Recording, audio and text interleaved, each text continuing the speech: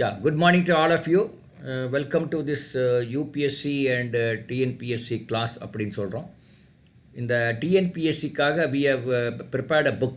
தமிழ் அறிஞர்களும் அவர் தொண்டும் அப்படின்னு ஒரு புக்கை நம்ம ப்ரிப்பேர் பண்ணியிருக்கோம். That will be ready. The hard copy, the physical copy will be ready in another 10 to 15 days time. ஆக்சுவலாக பை ஜூலை 1க்குள்ளே பண்ணணும்னு நினச்சேன், முடியாதாட்டிருக்கு. ஜூலை 5-10 ஆகிடும்னு நினைக்கிறேன். அது ஹார்ட் காப்பி வந்ததுன்னா whoever is interested I will send it to you. அது ஒரு இது it comes to around almost 59 pages அந்த புக்கு. பட் நல்லா இருக்கு. 53 அறிஞர்கள் பற்றி நம்ம கவர் பண்ணியிருக்கோம். பட் ஆக்சுவலாக ஒரு 62 அறிஞர்கள் இருக்காங்க. ஒரு 4-5 அறிஞர்கள் பற்றி நம்ம விட்டுட்டோம். But at least we have covered maximum அப்படிங்கிற ஒரு இது இருக்குது. சரி, இன் டுடேஸ் கிளாஸ் இப்போ மினிட் மெம்பர் போயிடலாம். அதுக்கப்புறம் I have some topics for discussion. அது நான் முதல்ல அது போடாட்டி கூட we can discuss. It's not a big thing. We will go with Santhana உங்கள் ஒரு மினிட் மெம்பர் யூஸ் பண்ணிக்கிறீங்களா? After Aditya brother. ஓகே, ஆமாம், ஆதித்யா பிரதருக்கு தான் ஃபர்ஸ்ட் சாய்ஸ் கொடுக்கலான்றீங்களா? Okay, Aditya brother. Good morning everyone. இன்னைக்கு நம்ம பார்க்க போற ஒரு சப்ஜெக்ட் வந்து ஒரு வைடு வெரைட்டின்னு சொல்லலாம். அதாவது ஒரு பெரிய பரந்த விஷயம் என்னன்னா என்விரான்மெண்ட். இந்த என்விரான்மெண்ட்ங்கிற டாபிக் பாத்தீங்கன்னா ஒரு பெரிய கடல் போன்று. அதை வந்து நம்ம முடிக்கிறது ரொம்ப கஷ்டம். ஆனா நம்ம கொஞ்சம் கொஞ்சமா பாக்குறப்ப அதை முடிக்கலாங்கிறத நம்ம பார்க்கலாம். இப்ப என்விரான்மெண்ட்னா என்ன, அப்புறம் அதோட டைப்ஸ் என்ன, என்விரான்மெண்ட்னா என்ன, ஹியூமன் என்விரான்மெண்ட்னா என்ன அப்படிங்கறத பத்தி தான் இன்னைக்கு நான் டிஸ்கஸ் பண்ண போறோம். Environment is your basic life support system. It provides the air we breathe, the water we drink, the food we eat, that the land where we live. அதாவது இந்த என்விரான்மெண்ட்ங்கிறது நம்மளுடைய வாழ்க்கையோட அடிப்படையா இருக்கக்கூடியது. நம்ம உணவு காத்தை வந்து சுவாசிக்கிறோம், நீர் வந்து பருகுறோம், உணவு வந்து உண்பதற்கு நம்ம அந்த லேண்ட் வந்து வாழ்றோம். இப்படி நம்ம இங்க இருக்கக்கூடிய எல்லாமே தான் என்விரான்மெண்ட். பேசிக்கா புரியணும்னா என்விரான்மெண்ட்னா என்னன்னா இட்ஸ் எ நேச்சுரல் மட்டும் நம்ம நினைச்சிட்டு இருக்கோம். என்விரான்மெண்ட்னா இந்த மரம் செடி கொடி தான் என்விரான்மெண்ட் அப்படின்னு நினைச்சிட்டு இருக்கோம். ஆனா அதான் கிடையாது. என்விரான்மெண்ட்னா நம்மளை சுத்தி இருக்கக்கூடியது. அது வந்து இயற்கையாவும் இருக்கலாம், செயற்கையாவும் இருக்கலாம். இப்படிப்பட்ட அனைத்துமே தான் நம்ம என்விரான்மெண்ட். அதாவது நம்ம அரௌண்ட் இட் அப்படின்னு சொல்லுவோம். ஷார்ட்டா சொன்னா சரௌண்டிங் அரௌண்ட் இட் அப்படின்னு சொல்லுவோம். சரி, இப்ப நம்மளுடைய components of the environment. Environment வந்து 3 காம்போனன்ட்ஸ் பண்ணலாம். நேச்சுரல், ஹியூமன் மேட், ஹியூமன் சொல்றாங்க. நேச்சுரல் என்விரான்மெண்ட்ங்கிறது air, water, land, living things அப்படி சொல்றாங்க. ஹியூமன் மேடுங்கிறது நம்மளால உருவாக்கப்படுது. It's produced by human. எக்ஸாம்பிளுக்கு building, parks, bridge, road, industries, temples இதெல்லாம் நம்மளா உருவாக்குனது. அப்ப அது ஹியூமன் மேட் சொல்றாங்க. அடுத்து ஹியூமன் என்விரான்மெண்ட்னு ஒன்று சொல்றாங்க. ஹியூமன் என்விரான்மெண்ட்னா என்னன்னா இது ஒவ்வொருத்தருடைய தனித்தனி வாழ்வுல வந்து சார்ந்திருக்கு. எடுத்துக்காட்டுக்கு individual, family, community, religion, education, economic, political situation இதெல்லாமே ஹியூமன். இதெல்லாம் நம்ம டெய்லியுமே நடக்கக்கூடியது. இந்த மூணுமே நம்ம ஒன்ன மட்டும் தான் சார்ந்திருக்கோம். ஆனா அதான் கிடையாது. மூணுமே நம்ம சார்ந்திருக்கோம். நேச்சுரல் நம்ம பயன்படுத்தணும், ஹியூமன் மேடும் பயன்படுத்தணும், ஹியூமன் பயன்படுது. இந்த காம்போனன்ட்ல தான் நம்ம என்விரான்மெண்ட் இருக்குங்கிறத நம்ம தெரிஞ்சுக்கணும். இந்த நேச்சுரல் என்விரான்மெண்ட், அதாவது என்விரான்மெண்ட்டை 2 டைப்ஸா பிரிக்கலாம் பெரும்பாலும். Natural environment, human environment. Natural என்விரான்மெண்ட்ல லேண்ட், வாட்டர், ஏர், அப்புறம் லிவிங் திங்ஸ் சொன்னேன். இந்த லேண்டுக்கு என்ன சொல்றாங்கன்னா ஸ்பியர்ஸ், அதாவது லித்தோஸ்பியர், ஹைட்ரோஸ்பியர், பயோஸ்பியர், அட்மாஸ்பியர்னு சொல்றாங்க. அதாவது லித்தோஸ்பியர்ங்கிறது நம்மளுடைய லேண்ட் சர்ஃபேஸ் தான் லித்தோஸ்பியர் சொல்றாங்க. Lithosphere is a solid crust or hard top of the layer of the earth. இந்த பூமியோடைய மேல இருக்கக்கூடிய crust டாப் ஹார்ட் பார்ட் தான் நம்ம அந்த லித்தோஸ்பியர்னு சொல்றோம். இந்த லித்தோஸ்பியர்ல ராக்ஸ் அண்ட் மினரல்ஸால கவர் பண்ணிருக்கு. நம்மளுடைய தாதுக்கள் மற்றும் மலைகளாலதான் இந்த பூமியானது உருவாயிருக்கு. அது வந்து ஒரு இர்ரெகுலர் சர்ஃபேஸ். ஏன் இர்ரெகுலர் சர்ஃபேஸ் சொல்றாங்கன்னா நம்ம வந்து ஒரே மாதிரியான நிலம் கிடையாது. எங்க பார்த்தாலும் ஒரு இடத்துல மலை இருக்கு, ஒரு இடத்துல கடல் இருக்கு. ஒரு ஒரு மாதிரியான மண் வகையும் மாறுது. பிளாக் சாயில், ரெட் சாயில், அது டிஃபரெண்ட் சர்ஃபேஸ்ல இருக்கு. அது மாதிரி அந்த இடத்துக்கு ஏற்றாற் போல அந்த லித்தோஸ்பியர் ஆனது அமைந்திருக்குன்னு சொல்லுவாங்க. இந்த லித்தோஸ்பியர்னால மக்களுக்கு என்னென்ன டொமைன், அதாவது நல்லது கிடைக்குது அப்படின்னு பாத்தீங்கன்னா, provides us forest, grassland for grazing, land for agriculture, human settlement அப்படின்னு சொல்றாங்க. இந்த மினரல்ஸ் வந்து ஒரு நமக்கு இந்த இதோடைய தாதுக்கள் வந்து எவ்வளவு விலை மதிக்க முடியாத தாதுக்கள் வந்து இந்த லித்தோஸ்பியர்ல தான் நமக்கு கிடைக்குது. அடுத்து ஹைட்ரோஸ்பியர். ஹைட்ரோஸ்பியர்ங்கிறது is domain of water. Water சம்பந்தப்பட்ட எல்லாமே இந்த ஹைட்ரோஸ்பியர்ல அடங்கிடும். எடுத்துக்காட்டுக்கு சி, லேக், ரிவர், இந்த மாதிரி. அது ஒரு irregular சர்ஃபேஸ் தான். அடுத்து அட்மாஸ்பியர். இது தின் லேயர் ஆஃப் த ஏர். ஏரோடைய அடர்த்தியான பகுதி. இந்த கிராவிடேஷன் ஃபோர்ஸ்னாலதான் இந்த பூமியானது இயங்கிக்கிட்டு இருக்கு. அதுக்கு முக்கிய பங்கு வந்து ஏர் நமக்கு பயன்படுது. ஆமா, இந்த ஏரை வந்து 4 டைப்பா பிரிக்கலாம். சாரி, 5 டைப்ஸா பிரிக்கலாம்.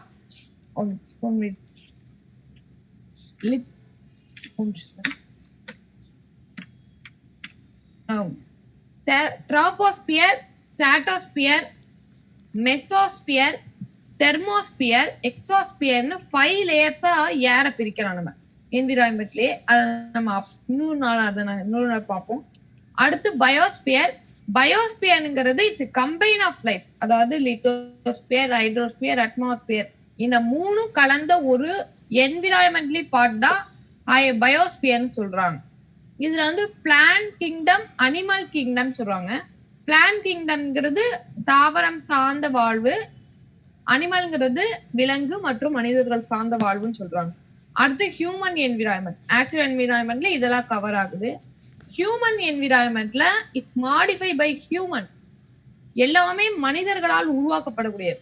ஒரு ஒரு செயற்கையான செயல்களும் நம்மளால செய்யப்படுது. எடுத்துக்காட்டுக்கு இப்போ ஏற்கனவே பார்த்தோம், பார்க்கு, டெம்பிள், பில்டிங், பிரிக்ஸ், இதெல்லாம் நம்ம உருவாக்குறோம், இயற்கையா உருவாகாது. ஆனா அது எப்படி டிபெண்ட் ஆயிருக்கும்னா, அது நம்ம நேச்சுரல் டிபெண்ட் ஆயிருக்கும். நேச்சுரலான நம்ம சார்ந்து நேச்சுரலான பார்ட்ல தான் நம்ம அதை செய்ய முடியும். அப்ப அந்த நேச்சுரல் டிபெண்ட் பண்ணிருக்கோங்கிறது ஒரு முக்கியமான பாயிண்ட். எப்படி இந்த ஹியூமன் என்விரான்மெண்ட் இப்படி நேச்சுரல் என்விரான்மெண்ட் நமக்கு ஒரு கரெக்டான ஹிஸ்டரி கிடையாது. ஆனா ஹியூமன் என்விரான்மெண்ட்டுக்கு ஒரு ஹிஸ்டரி இருக்கு. ஹியூமன் என்விரான்மெண்ட் எப்படின்னா, ஃபர்ஸ்ட் மனிதன் வந்து பழம், அந்த மாதிரி விலங்குகளை வேட்டையாடுதல், இந்த மாதிரியான செயல்பாடு அந்த அளவுக்கு நம்ம டெவலப் ஆகல. அப்பதான் ஃபர்ஸ்ட் ஸ்டேஜ்னு சொல்லலாம். ஓரளவு நம்ம எப்படி அந்த டேவோடைய ஃபுல்ஃபில் பண்ணிக்கணுங்கிறதுக்காக மனிதன் ஃபர்ஸ்ட் பண்ணா, அப்புறம் இந்த என்விரான்மெண்ட்டை கொஞ்சம் கொஞ்சமா மனிதன் சேஞ்ச் பண்ண ஆரம்பிச்சான். அப்புறம் சரி, இனிமே நம்ம வந்து டெவலப் ஆகும்னு சொல்லி ஒவ்வொரு அறிவு சிந்தனையினாலதான் நம்ம இன்னைக்கு மாற்றமே. வீல், அதாவது அந்த சக்கரத்தை வந்து அந்த உருள் மாரி அதை ரெடி பண்ணி அதுக்கப்புறம் டெவலப் ஆனது. அதுக்கப்புறம் ஒவ்வொன்னா அப்புறம் இந்த கற்கள்லாம் பயன்படுத்தி ஈட்டி, கோடாரி, அந்த மாதிரியான ஆயுதங்களாக பயன்படுத்துறாங்க. அப்புறம் டெவலப் ஆகி இன்னைக்கு ஒரு டெவலப்பிங் ஸ்டேஜ். அப்புறம் குரோப் அக்ரிகல்ச்சர் டெவலப் ஆனாங்க. இந்த மாதிரி டெவலப் ஆகி இன்னைக்கு நம்ம வந்து இந்த லெவலுக்கு மாறி இருக்கோம். ஆனா இந்த நம்ம ஹியூமன் என்விரான்மெண்ட், நேச்சுரல் ஹியூமன் என்விரான்மெண்ட்னால நேச்சுரல் என்விரான்மெண்ட் நம்ம என்ன பண்றோம்னா பாதிப்படை செய்யறோம். அது முக்கியமான பாயிண்ட். நம்ம இதனால என்ன பண்றோம், நேச்சுரல் என்விரான்மெண்ட் என்ன செய்யறோம், அதோட தன்மையை இழக்க செய்யறோம். நம்ம ஒரு ஹியூமன் என்விரான்மெண்டோடைய டெவலப்புக்காக நேச்சுரல் என்விரான்மெண்ட்ல ஏதோ ஒரு தவறு செய்யறோம். எடுத்துக்காட்டுக்கு இப்ப ரோடு போடுறோங்கிறதுனால நம்மளுடைய அந்த இயற்கை வளமான மரம், செடி, ஆறு, இந்த மாதிரி இடத்த வந்து நம்ம என்ன பண்ணிடுறோம், ஆக்கிரமிப்பு செஞ்சு அழிக்கிற செய்யற நிலைமைக்கு போகணும். ஆனா ஹியூமன் என்விரான்மெண்ட் நம்ம ப்ரொவைட் பண்ணணும், ஓரளவு கண்ட்ரோல் பண்ணணும். எந்த அளவுக்கு நம்ம ஹியூமன் என்விரான்மெண்ட்டுக்கு நம்ம சப்போர்ட் பண்றோமோ அதே அளவுக்கு நேச்சுரல் என்விரான்மெண்ட்டையும் சப்போர்ட் பண்ணுவோம். Thank you sir. ஓகே ஆதித்யா, ரொம்ப அழகாக பேசிட்டீங்க அபவுட் 3 டைப்ஸ் ஆஃப் என்வைரன்மெண்ட். அதில் எனக்கு நிறைய கமெண்ட்ஸ் இருக்குது, அது நம்ம பின்னாடி போய்க்கலாம். நம்ம அடுத்தபடியாக நம்ம வி வில் ரிக்வஸ்ட் அவர் Buvi to give a minute member speech on any topic of his interest. Buvi, நீங்கள் ஏதாவது டாபிக் வச்சுருக்கீங்களா கண்ணா? Bhuvanesh, are you there? Yes, sir. Do you have any topic? Tamil, English, do you have any Sir, topic to can I discuss? talk next week? Can you talk? என்னப்பா? Can I talk next week, sir? Next week, okay. Right. Okay, right. Then Next week, sir. yeah, okay. Can I talk in next week, sir? That's what I'm saying. Okay, I said okay. We will go to Mr. Santana. Are you ready? Thank you, sir.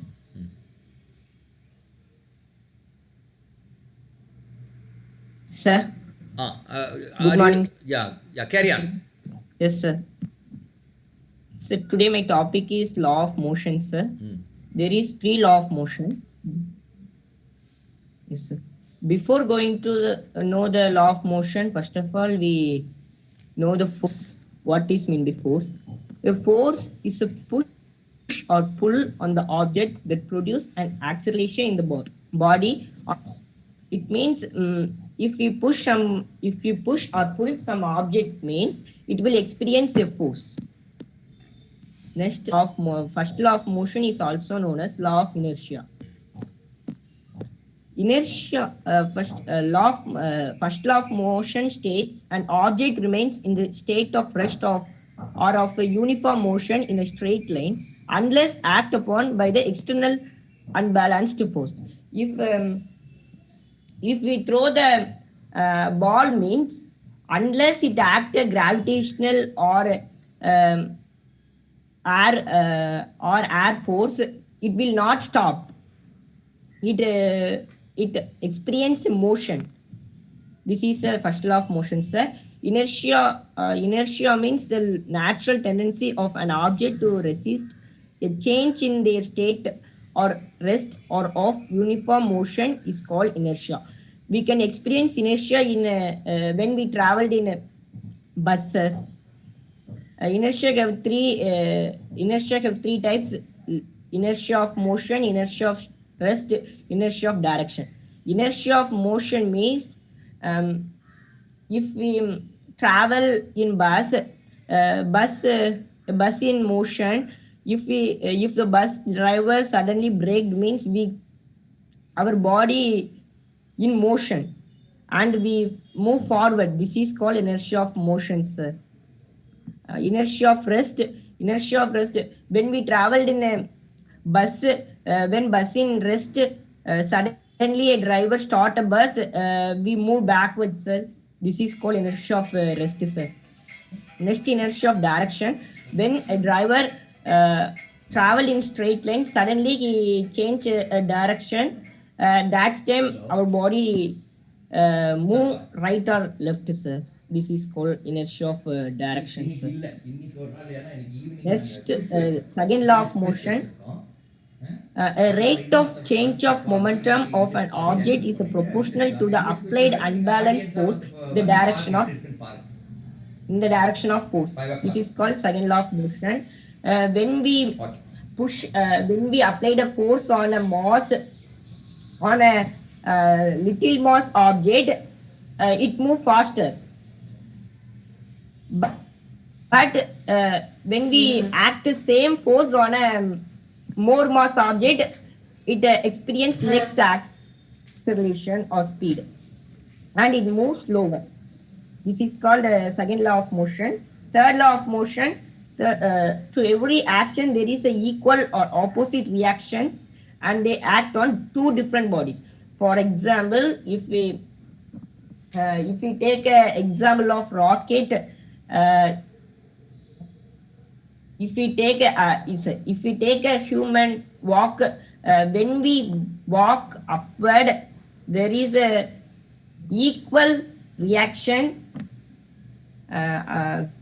When we move upward, there is a equal reaction in backward. So only we walk straight. That's all, sir. Okay, nice, Santana. See, these are இப்போ நல்லா உங்களுக்கு clarity வந்திருக்கும். ஒரு UPSC IAS பரீட்சைக்கு எப்படி வேணால் approach பண்ணலாம். ஆதித்யா வந்து அந்த காமர்ஸ், சோஷியாலஜி, ஆர்ட்ஸ் சைடில் அப்ரோச் பண்ணி அவர் அப்படியே ப்ரிப்பேர் பண்ணிகிட்ருக்கார். இவர் சந்தானா வந்து இப்படியே சயின்ஸ் சைடு அப்ரோச் பண்ணி ப்ரிப்பேர் பண்ணிகிட்ருக்கார். So nothing wrong in both the things. அவங்களுக்கு எந்த ஒரு ஃபீல்டை பிடிக்குதோ அதை எடுத்து அதில் ஸ்பெஷலைஸ் பண்ணி UPSC exam you can write. That's what many people ask me, like UPSCக்கு எது சிறந்த course. There is no such thing called சிறந்த course. All courses which if you love and if you are interested, you can learn that in the degree and make use of that for your UPSC exam. அதுக்கு இதை விட ஒரு example ஏதாவது இருக்க முடியுமா சொல்லுங்க ஆதித்யா. நீங்கள் your approach is one, Santana's approach both, another one, both will go and target UPSC.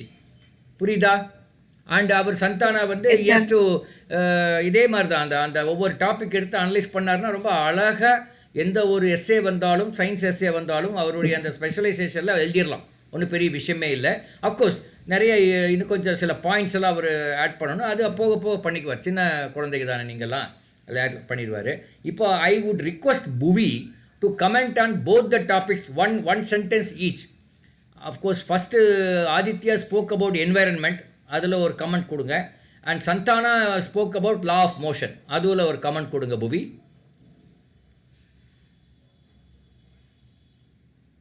Sir, Santanam's speech was nice, sir. He explained in a very detailed, sir. Like a bus driver driving a bus, like that, sir. Very good. Okay. Right. அது புரிஞ்சிடுச்சு. இப்போ நம்ம Aditya nice, sir. No, I want... And Aditya's speech was so nice, sir. Yeah, carry on. But do you want to add Aditya's any point? nice. Do you want to add any point on Aditya as well as Santana's topics? Do you want to Sir, add? I have a request for Santanam, sir. Yeah. If anytime he had a points means he can add like that furthermore and furthermore like that addition to like that he can add, sir. Because all time he will saying and like that, sir. Oh, no, that's okay. That is not an English class. It is a UPSC class. Don't bother about grammar and spoken command. And I am asking, do you want to add any point on the topic? No, sir. I wanted to know whether, suppose recoiling of the gun, அப்படிங்கிறாங்க, அது என்னப்பா அது? What is recoil of gun? Anybody can tell me what is this called? Recoil of gun? Which law of motion is applying there? Third law. Santana, do you agree with him? Third one. Correct. Yes, sir. So, one example, I added one example. Like that, one can add many things. No problem. Very good, Santana. I really appreciate. நீங்கள் கொஞ்ச நாள்லேயே நீங்கள் ஒரு கட்டுரை, ஒரு essay எழுதுகிற அளவுக்கு வந்துட்டீங்க. நைஸ். அதே மாதிரி வேறு ஏதோ டாபிக் நீங்கள் படித்த டாப்பிக்கே இன்னும் கொஞ்சம் அழகாக எல்லாருக்கும் புரிகிற மாதிரி இன்னும் கொஞ்சம் அழகாக இங்கிலீஷ்லேயோ தமிழ்லையோ, இங்கிலீஷ்லேயே பண்ணுங்கள். Because you are from that English medium. So you do it. Nothing wrong in it. And let me go to mister Aditya's topic, environment. ரொம்ப எனக்கு பிடிச்ச விஷயம், ஹியூமன் என்வைரன்மெண்ட்டே ரெண்டாக பிரிச்சிருக்கார் அவர். Great. Human made environment and human environment. What he means by that, he made it very clear. மறுபடியும் நான் repeat பண்ணுறேன். Human made environment, human made buildings, land or bridges and other things, அதெல்லாம் human made environment அப்படின்னு அவர் சொல்கிறாரு. Human environmentங்கிறது நம்ம society, நம்ம religion, நம்ம society, நம்ம ஃபேமிலி, நம்ம brothers, sisters, or the kind of people we go along with, live along with, அது human என்வைரன்மெண்ட்னு சொல்கிறார். ரொம்ப அழகாக சொன்னார். இந்த ரெண்டு human environment, human made and human environment is affecting the natural என்வைரன்மெண்ட்டுங்கிறத ரொம்ப ஆணித்தரமாக with the stamp. He said with the ஸ்டாம்ப்னு ஆங்கிலத்தில் சொல்லுவாங்க. அந்த மாதிரி அவர் சொன்னார். இந்த lithosphere is a top layer of the earth அப்படின்னு சொன்னார். அதுக்கு பேர் டாப் சாயில் அப்படிங்கிற ஒரு வார்த்தையும் இருக்குது. நம்ம entire living in this world is depends on the top soil. இப்போ இந்த டாப் சாயில் நல்ல பசுமையாக இருந்து நல்லா செழிப்பாக இருந்ததுன்னா நம்ம உயிரினங்கள் எல்லாமே நல்லா வளரும். டாப் சாயிலுங்கிறது ஒரு 4 5 அடியோ 6 அடியோ நிலத்தில் உள்ளது தான் டாப் சாயில். 20 அடிக்கு கீழே சாயிலில் வளம் இருந்தால் என்ன, இல்லாட்டி என்ன. எல்லா பயிர்களுமே ஒரு 6 அடி 7 அடிக்கு மேலே போகிறதில்ல, எக்ஸப்ட் பெரிய சில மரங்கள். மோஸ்ட் ஆஃப் த திங்ஸ் 6 அடி 7 அடியிலே எல்லாமே வந்துடுது. அதனால் அந்த டாப் சாயிலுங்கிறது அந்த லித்தோஸ்பியர் ரொம்ப அழகாக அவர் explained why it is important அப்படின்னு. அடுத்து hydrosphere also he mentioned the whole thing. Then biosphere plant and animal kingdom பற்றி அவர் ரொம்ப அழகாக சொன்னார். So I think it's a good speech by Aditya as well as Santhana. You keep it up. Now today's topic which I thought I wanted to share with you. சொல்லுங்க. Command of law of மோஷன்ல ஒரு third law இருக்குல்ல sir, அது வந்து ரொம்ப சூப்பரான, அது வந்து நம்ம லைஃப்லயே அப்ளை பண்ணலாம் சார். எல்லாம் மூணு லைஃப்ல அப்ளை பண்ணலாம். அப்படி பாத்தீங்கன்னா நீங்க ஓகே பரவாயில்ல, நீங்க சொல்லுங்க. மூணு அல்ல மூணுமே சார் சொல்ற மாதிரி அப்ளை பண்ணலாம். ஆனா மோஸ்டா அந்த தேர்ட்ல வந்து ரொம்ப நம்மளுடைய லைஃப்ல வந்து அப்ளை ஆகும் சார். ஆமா உண்மைதான். நீங்கள் முற்பகல் செய்யின் பிற்பகல் வருமா என்னமோ சொல்லுவாங்க இல்லையா? முற்பகலை நீங்கள் நன்மை செஞ்சீங்கன்னா தீமை செஞ்சீங்கன்னா பிற்பகல் உங்களுக்கு தீமை வரும்னு சொல்லுவாங்க. அதெல்லாம் அந்த தேர்ட் லாவோட இதுதான். சரி, நீங்கள் ஒருத்தர் போய் நீங்கள் தீமை பண்ணிங்கன்னா அவர் வந்து உங்களை அன்றைக்கே பண்ணாட்டி கூட அவர் வெயிட் பண்ணிட்டுருப்பார் ஒரு ஆப்பர்ச்சுனிட்டிக்கு. எப்படா இந்த ஆளை நம்ம ஹிட் பண்ணலாம், இவரை வதைக்கலாம், இல்லை இவரை காலை இது விடலாம், காலை வாரி விடலாம் அப்படின்னு பார்ப்பார். அதெல்லாம் தான் அந்த தேர்ட் லாவோடைய ஒரு இதுதான். Anyway it's nice. பார்த்தீங்களா, இப்போ ஆதித்யா வந்து சயின்ஸையும் சோஷியாலஜியும் லிங்க் பண்ணி பார்க்குறாரு. எல்லாமே அப்படி தான். That's why I said in one of the classes, உங்களுக்கு ஞாபகம் இருக்கா இல்லையான்னு தெரியல, எக்கனாமிக்ஸ் இந்தியன் எக்கானமி புரிஞ்சுக்கிறது எப்படி அப்படின்னு நிறைய பேர் இருக்கும்போது எக்கனாமிக்ஸ் இஸ் லைக் பயாலஜி அப்படின்னார் ஒருத்தர். So far we thought economics is like ஃபிசிக்ஸ்ன்னு நினச்சிட்டு இருந்தோம். பட் இது பயாலஜி, அதை விட காம்ப்ளிகேட்டட் அப்படிங்கிறது. ஸோ எல்லாத்துக்குமே மூல காரணம் நம்ம பயாலஜி அப்படின்னு சொல்கிறாங்க.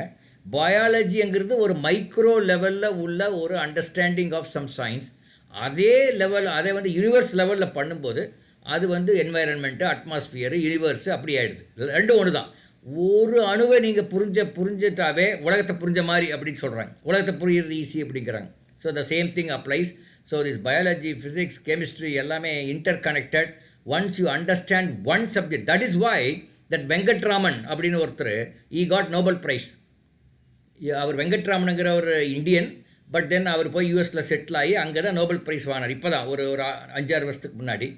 அவர் வந்து ஆக்சுவலி ஸ்டடீடு ஃபிசிக்ஸே என்னமோ இங்கே தமிழியன், பட் ஸ்டடீட் இன் பரோடா யூனிவர்சிட்டியில் ஃபிசிக்ஸ் பண்ணிவிட்டு அங்கே போய் யூஎஸில் போய் என்னென்னமோ வேலையெல்லாம் பண்ணும்போது கெமிஸ்ட்ரியில் தான் அவர் கொஞ்சம் ரிசர்ச் பண்ணி கடைசியில் Nobel prize got in biology.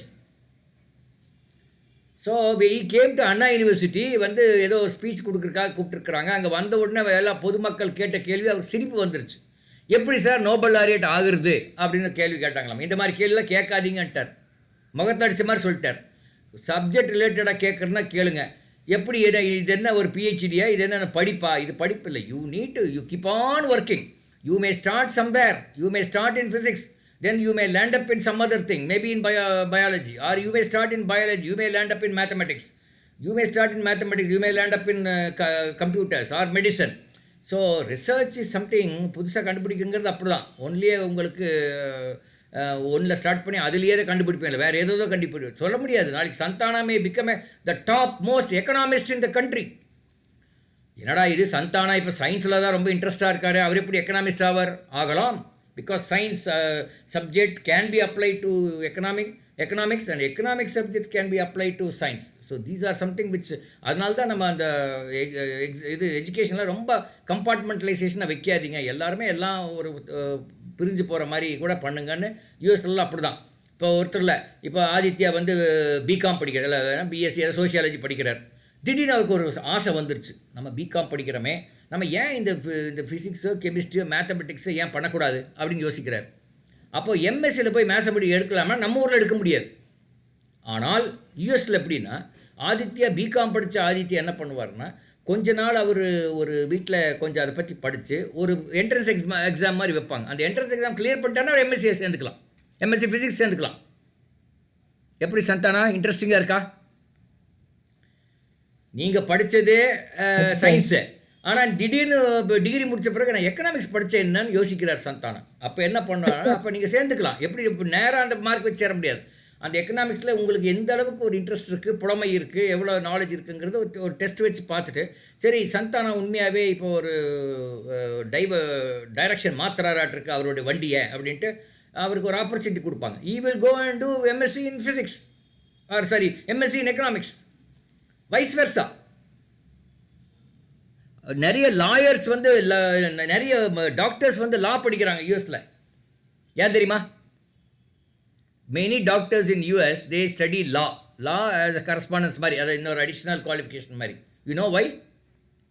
அந்த ஊரில் வந்து நீங்கள் ஒரு கஸ்டமர் டாக்டர்கிட்ட போனால் அந்த டயக்னாசிஸ் கரெக்டாக இல்லைன்னா அவர் கேஸ் போட்டார்னு வச்சுக்கோங்க அந்த டாக்டர் மேலே, அப்புறம் அவருக்கு கோடிக்கணக்கில் டாக்டருக்கு நஷ்டமாயிடும்.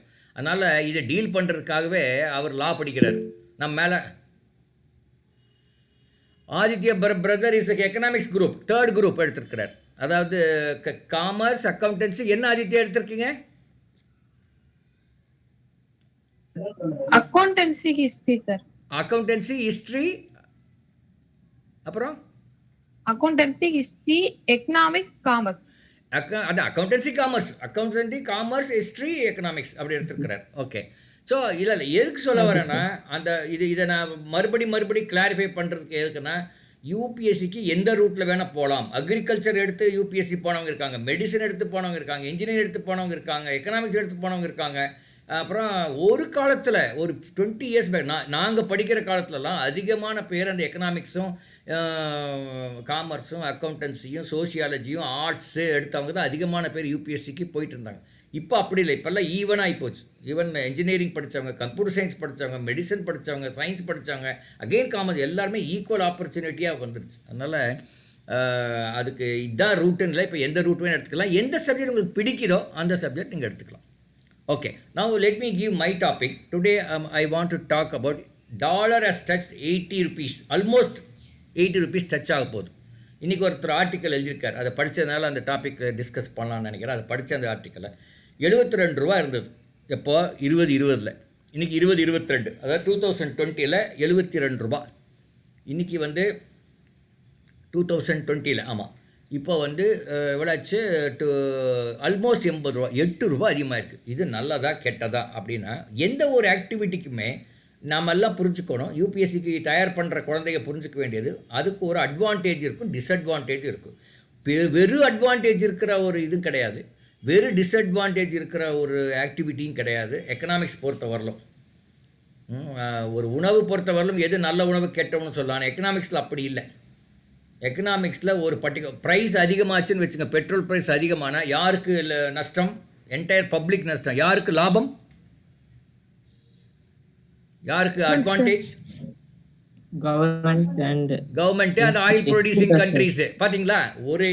ஒரு விஷயத்தை பார்த்து அது நல்லது கெட்டது முடிவே பண்ண முடியாது எக்கனாமிக்ஸ் பொறுத்தவரை. ஒருத்தருக்கு நல்லதாக இருக்குது, ஒருத்தருக்கு கெட்டதாக இருக்கும் இல்லையா? ஸோ அதுதான் அதனால் நீங்கள் யூபிஎஸ்சி தயார் பண்ணுறவங்க எந்த ஒரு டாப்பிக்குமே நல்லது கெட்டதுங்கிற ப்ரோஸ் அண்ட் கான்ஸ் அப்படின்னு நீங்கள் அதை வந்து நீங்கள் அதை பார்க்கணும். அதில் உள்ள ப்ரோஸ் என்ன, கான்ஸ் என்னன்னு பார்க்கணும். மேபி ப்ரோஸ் அதிகமாக இருக்கும் ஒருத்தருக்கு கான்ஸ் அதிகமாக இருக்கும். ஸோ தட் இஸ் ஸோ இந்த டாலர் வந்து 8 ரூபா அதிகமாக இருக்குது. ஆல்மோஸ்ட் 10% இட்ஸ் கான் அப். 10% அதிகமானதுனால என்ன விளைவுகள் அப்படின்னு பார்த்தீங்கன்னா, இந்த டாலர் அந்த வேல்யூ அங்கே அதிகமானதுனால உலகத்தில் அத்தனை கண்ட்ரி உள்ள பணம் போட்டு இன்ட்ரெஸ்ட் வாங்குறவங்க நிறைய பேர் அந்த பணத்தை யூஎஸ்க்கு மாற்றுறாங்க. இந்தியாவில் இன்வெஸ்ட் பண்ணவங்கெல்லாம் அங்கே டாலருக்கு இன்ட்ரெஸ்ட் ரேட் அதிகமாக கொடுக்குறேன்னு சொன்னோன்னா அங்கே கொண்டு போகிறாங்க. அதே மாதிரி மற்ற கண்ட்ரிகளுக்கு அது கொண்டு போகிறாங்க. இது ஒன்று. ஒரு டாலருக்கு அதிகமான விலை அதிகமான இருந்தால் எக்ஸ்போர்ட்டர்ஸ்க்கு நல்லதா கெட்டதா? இங்கேருந்து ஏற்றுமதியாளர்களுக்கு நல்லதா கெட்டதா? இப்போது நான் தான் ஒரு ஏற்றுமதியாளர். நான் வந்து ஒரு பொருளுக்கு $100 வச்சுருக்கேன். $100 எப்போ ஒரு வருஷத்துக்கு முன்னாடி ப்ரைஸ் ஃபிக்ஸ் பண்ணேன்.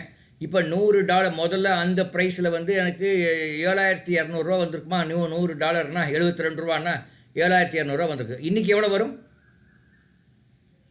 இன்றைக்கி ஆல்மோஸ்ட் 80 ரூபாங்கிறாங்க. எவ்வளோ வரும்? 8000 வரும். ஏற்றுமதியாளருக்கு இது நல்லது தான். ஆனால் சப்போஸ் ஆதித்யா வந்து இறக்குமதியாளர்னு வச்சுப்போம், இல்லை புவி வந்து இறக்குமதியாளர். அவர் வந்து ஏதோ ஒன்று இறக்குமதி பண்ணுறார். ஏதோ ஒரு பொருளை இறக்குமதி பண்ணுறதுக்கு $100 பே பண்ணணும். முதல்ல 7200 பே பண்ணால் அந்த இறக்குமதி பண்ணியிருக்கலாம். ஆனால் இப்போ எவ்வளோ பே பண்ணணும்? அவர் இப்போ 8000 பே பண்ணணும்.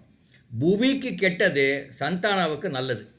அதே மாதிரி ஒருத்தருக்கு நல்லதுங்கிற இப்போது அந்த எந்த ஒரு எக்கனாமிக்ஸில் அந்த பாயிண்ட்டே அப்படி பார்க்கணும். இந்த டாலர்னால இந்தியாவுக்கு நல்லதா கெட்டதா அப்படின்னு அவர் அனலைஸ் பண்ணிக்காரு. அதில் ஒரு கண்டுபிடிச்ச சில விவரங்கள்.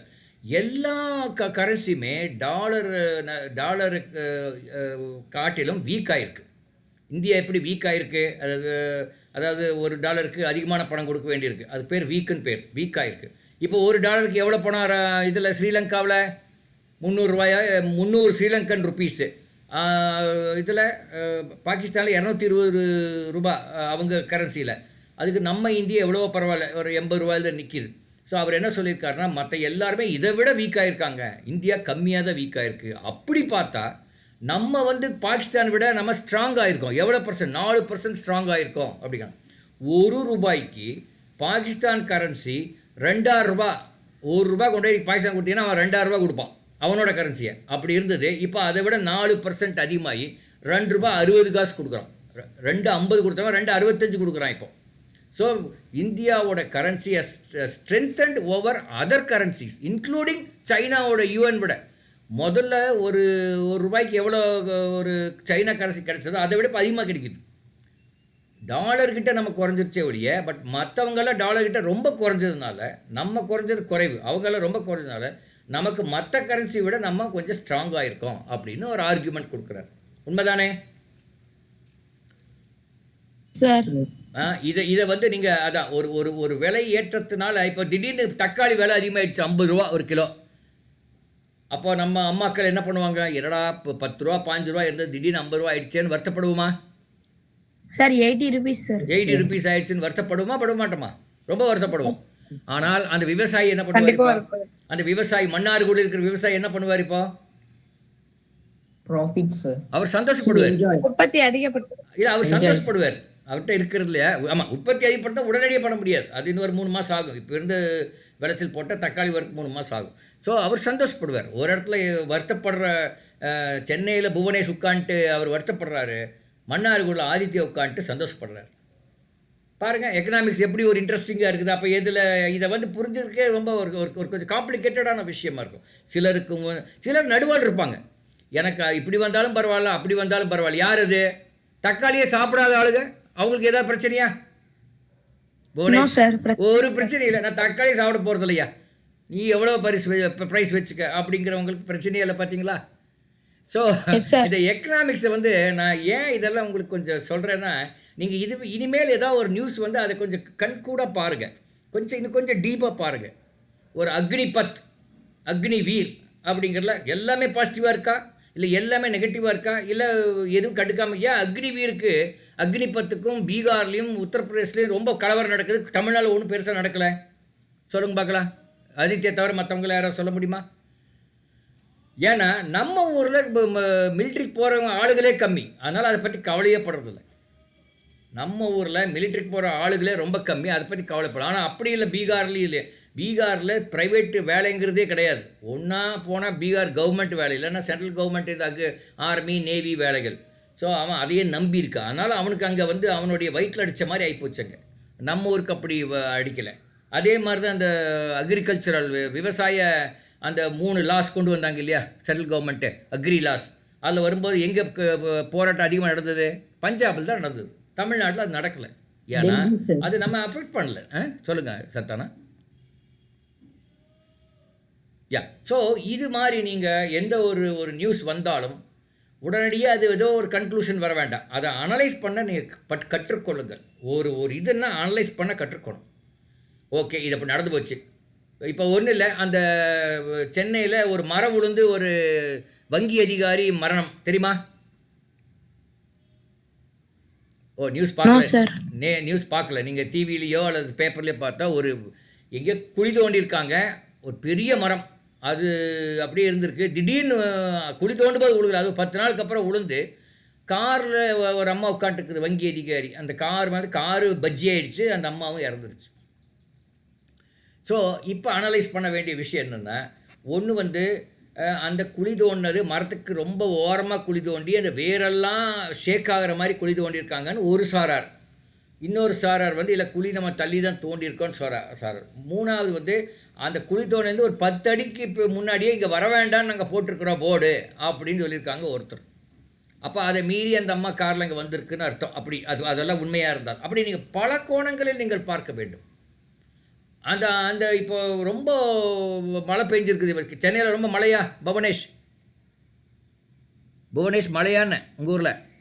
2 நாளைக்கு முன்னாடி ரொம்ப மழை பெஞ்சுச்சு சார். பெஞ்சதுனால ஆனா அந்த 2 நாள் அங்கே வேலையை நிப்பாட்டிட்டாங்க. வேலையை நிப்பாட்டி இது குழி மாதிரி தோன்ற இடத்துல தண்ணி நிற்கிது. அதில் எவ்வளோ ஆழம் இருக்குன்னு எப்படி கண்டுபிடிக்கிறது?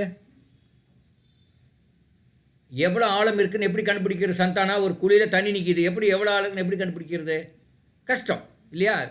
ஒரு ஒரு நேக்கட் ஐ நம்ம கண்ணில் வச்சு ஏதோ குச்சி வச்சா தெரியும். ஆனால் நீங்கள் இதில் ஒரு சாதாரண கண் பார்வையில் கண்டுபிடிக்க முடியாது.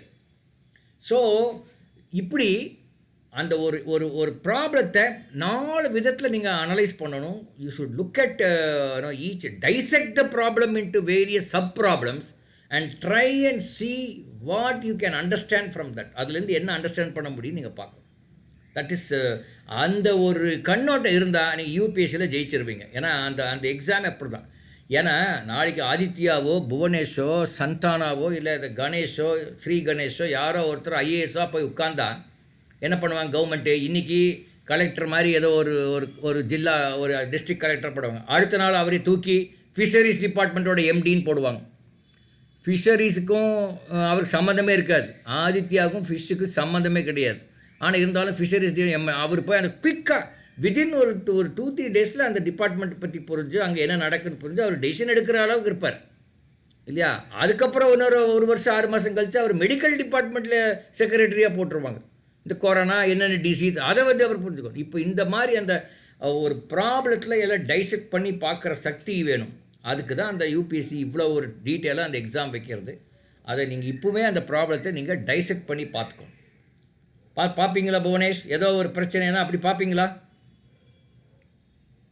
ஹலோ, எந்த ஒரு issue, any subject matter, always look at the different point of view. Maybe உங்கள் பாயிண்ட் ஆஃப் வியூ, இன்னொருத்தர் point of view, left right back front top பாட்டமன், நான் எல்லா ஆங்கிளையும் அது பார்த்தீங்கன்னா உங்களுக்கு அது ஒரு தெளிவு, உங்களுக்கு அதை பற்றியான தெளிவு இன்னும் வரும். அப்போ ஆராய்ச்சி பண்ணும்போது அந்த தெளிவு இன்னும் கொஞ்சம் பெட்டராக இருக்கும் இல்லைங்களா?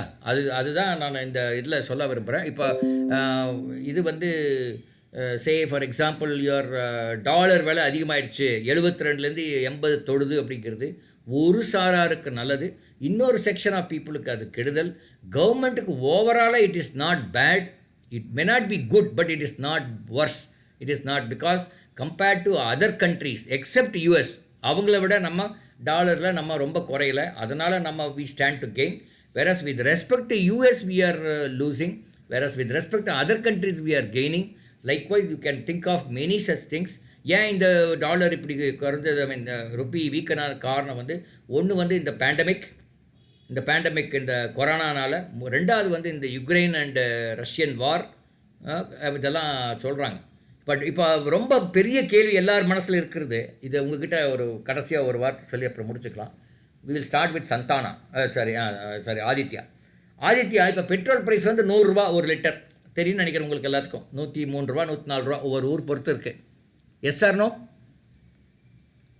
ஒரு லிட்டர் பெட்ரோல் வந்து 100, 103, 102 ஒவ்வொரு ஊருக்கு. அது வந்து இன்னொரு ஒரு வருஷத்தில் எவ்வளோ ஆகும் கெஸ் பண்ணுங்க. ஆதித்யா சொல்லுங்க. இந்த வருஷம் முடிவுல ஒரு 150 கிட்ட வந்துரும். 150 வரும்னு ஒரு சொல்றாரு. புவி, நீங்க என்ன நினைக்கிறீங்க? கம்மியாகுமா எச்சாகுமா? சார் கன்ஃபார்ம் எச்சாதாங்க சார் ஆகும். கன்ஃபார்ம்டு எச்சாகும், ஆனால் எவ்வளோ எச்சாகும் தெரியாது அப்படிங்கிறார் புவி. ஓகே, அவருக்கு ஆதித்யா கன்ஃபார்ம்டு எச்சாகும், ஆனால் ரொம்ப எச்சாகும், 150 வருங்கிறார் அவர். சாந்தானா? எஸ் சார், ரொம்ப அதிகமாகும் சார். எவ்வளோ ஆகும்? அதான் ரொம்ப அதிகமான ஏதோ ஒரு ஃபிகர் சொல்லுங்களேன். 200 கிட்ட வந்துடும் சார். 200 கிட்ட வரும்னு நம்ம சந்தானா சொல்கிறாரு. அவர் புதுசாக வந்த ஸ்ரீ கணேஷ் அவர் என்ன சொல்கிறாரு? பெட்ரோல் விலை ஒரு வருஷத்தில் எவ்வளோ வரைக்கும் வாய்ப்பு இருக்குன்னு நினைக்கிறீங்க? சும்மா கெஸ் பண்ணுங்க. இதில் ஒன்றும் ரைட் ராங்கல் ஒன்றும் கிடையாது. 150 வரும்னு அவங்க நினைக்கிறாங்க. இப்போது நீங்கள் என்ன பண்ணோன்னா, நீங்கள் வீட்டில் போய் இப்போன்னு சொல்ல வேண்டாம், நம்ம எதனால் 150 சொன்னோம், எதனால் 200 சொன்னோம் அப்படின்னு நீங்கள் அனலைஸ் பண்ணி பாருங்கள். ஏதோ ஒரு காரணம் வச்சு தான் சொல்லியிருப்பீங்க. அது இப்போ இங்கே சொல்ல வேண்டிய அவசியம் இல்லை. அதை அனலைஸ் பண்ணி பாருங்கள். அதில் இருக்கிற நிறைய அதை பற்றி இன்னும் நிறைய ஒரு புரிதல் உண்டாகும். அந்த ஒரு ப்ராப்ளத்தினோட புரிதல் நிறைய உண்டாகும். எப்போ அதை பற்றி அனலைஸ் பண்ணும்போது, ஏன் இந்த ஆதித்யா வந்து 50 ரூபா அதிகமாகினார், புவி வந்து அவ்வளோ அதிகமாகும், பட் ரொம்ப ஓரளவுக்கு தான் அதிகமாகும், ரொம்ப அதிகமாகினார். சந்தானம் வந்து ரொம்ப அதிகமாகினார். இந்த ஸ்ரீ கணேஷ் வந்து 150 அதிகமாகினார். அப்போ என்னவா இருக்கும்? What could be the possible reasons? எது அந்த ப்ரைஸ் இன்க்ரீஸ் பண்ணும்? ப்ரைஸ் குறையவே குறையாதா? இந்த மாதிரி சில அனாலிசிஸ். எப்போ ப்ரைஸ் குறையக்கு வாய்ப்பு இருக்குது, இல்லை எப்போ ப்ரைஸ் ஏன் அதிகமாகும்னு சொன்னோம், இப்படியெல்லாம் அனலைஸ் பண்ணுவீங்களா? புவி, அனலைஸ் பண்ணுவீங்களா சார்? சார் சார் இப்ப அனலைஸ் பண்ணதுக்கே ஒருவேளை பிரைஸ் எல்லாம் குறையுமோ? இப்பவே பேட்டரி சோலார் வண்டி எல்லாம் வந்துருச்சு அப்படின்லாம் நான் இப்போ சொல்ல வேண்டாம், எனக்கு அந்த பதில் சொல்ல வேண்டாம். நீங்கள் என்ன நினைக்கிறீங்களோ அதெல்லாம் நீங்களே அனலைஸ் பண்ணி உங்களுக்கே வச்சுக்கோங்க. ஏதாவது if you are interested you can share in the group, but it's not a must. என்னுடைய வேலையை உங்களை திங்க் பண்ண வைப்பது தான். திங்க் பண்ணி அதுக்கு பல ரீசன் இருக்கும், சும்மா சும்மா சொல்லிட மாட்டோம் இல்லையா? ஏதோ ஒரு ரீசன் வச்சு தான் சொல்லியிருப்போம். அதை வந்து நீங்களே அனலைஸ் பண்ணிக்கோங்க. So with this will close today. Aditya, Bhuvanesh and சந்தானா and புது பர்சன், அவர் பேர் என்ன? சுமித்ரா, சுபிக்ஷா கமலசா, அவங்களா? ஓகே, சுபிக்ஷா கமலசா, இனிமேல் வந்து ஒரு 9 மணிக்கு ஷார்ப்பாக வந்துடுங்க. பிகாஸ் நாங்கள் 9 மணிக்கு ஆரம்பிக்கிறோம், 10 மணி முடிய கிளாஸ் இருக்குது. இன்றைக்கி கொஞ்சம் முன்னாடி முடிக்கிறோம், ஏன்னா எல்லாருக்கும் பசிக்குது. ஆதித்யா இன்னும் சாப்பிடல, சாந்தானாவும் சாப்பிடல, நானும் சாப்பிடல, புவி நல்லா முழுங்கியிருப்பார்னு நினைக்கிறேன். அதனால் எல்லோரும் சாப்பிடாதனால ஒரு 5 நிமிஷம் முன்னாடி போனால் கொஞ்சம் 5 நிமிஷம் எனக்கு எப்பவுமே சாப்பாடு தான் முக்கிய வாழ்க்கையில். எனக்கு இல்லை, என்னோட கூட இருக்க சாப்பிட்லன்னா, ஒருத்தருக்கு சாப்பிட்லன்னா நான் சொல்லிக் கூட கொடுக்க மாட்டேன், நானும் படிக்க மாட்டேன். சாப்பாடு இஸ் வெரி இம்பார்ட்டண்ட். வந்த உடனே அது தெரிஞ்சோ தெரியாமல் அந்த கேள்வி கேட்டேன். சாந்தானாவும் சாப்பிட்லைங்கிறாரு, ஆதித்யாவும் சாப்பிடல, நான் தான் சாப்பிட்லன்னா இவங்களும் சாப்பிடல. புவி, நீங்கள் என்ன பண்ணீங்க, சாப்பிட்டீங்களா? சார் நான் இன்னும் சாப்பிடலங்க சார். பாத்தியா, எல்லாம் சாப்பிடல. அதனால் நம்ம ஒரு 10 நிமிஷம் முன்னாடி முடிக்க போய் எல்லாம் உடனடியாக முதல்ல வயிற்றுக்கு பாருங்கள், அப்புறம் மற்றதெல்லாம் பார்க்கலாம். இன்றைக்கி ஈவினிங் வந்து நாங்கள் இங்கிலீஷ் குவிஸ் வச்சுருக்கோம். 10ஆம் வகுப்பு முடிய உள்ள குழந்தைகள் எழுதலாம். 10லேருந்து 11 இப்போ போயிருப்பாங்க இல்லையா, பாஸ் பண்ணி அவங்களும் எழுதலாம். அவங்க எழுதலான்னா அவங்களும் பார்ட்டிசிபேட் பண்ணலாம். ஸோ பார்ட்டிசிபேட் பண்ணுறவங்க பார்ட்டிசிபேட் பண்ணுங்கள், ஆடியன்ஸாக வர்றவங்க ஆடியன்ஸாக வாங்க. It will be very interesting. It is the English language quiz and it will be done in English, and our quiz master is one lady, Sonal, from Bombay, and I have invited many of my friends from New York to New Zealand to Qatar to Japan. அந்த மாதிரி எல்லாம் invite பண்ணிருக்கேன். எவ்வளோ பேர் வருவாங்கன்னு தெரில. நியூயார்க்கார் கொஞ்சம் வர முடியாத சூழ்நிலை அப்படின்னு சொல்லிட்டாரு, பட் நிறைய பேர் இன்வைட் பண்ணியிருக்கேன். Will see. Okay, all the best. Will meet again at 5 o'clock in the evening, அல்லது அடுத்த கிளாஸில். ஏதாவது சொல்ல விரும்புகிறீங்களா ஆதித்யா, புவி, சாந்தனா? சரி.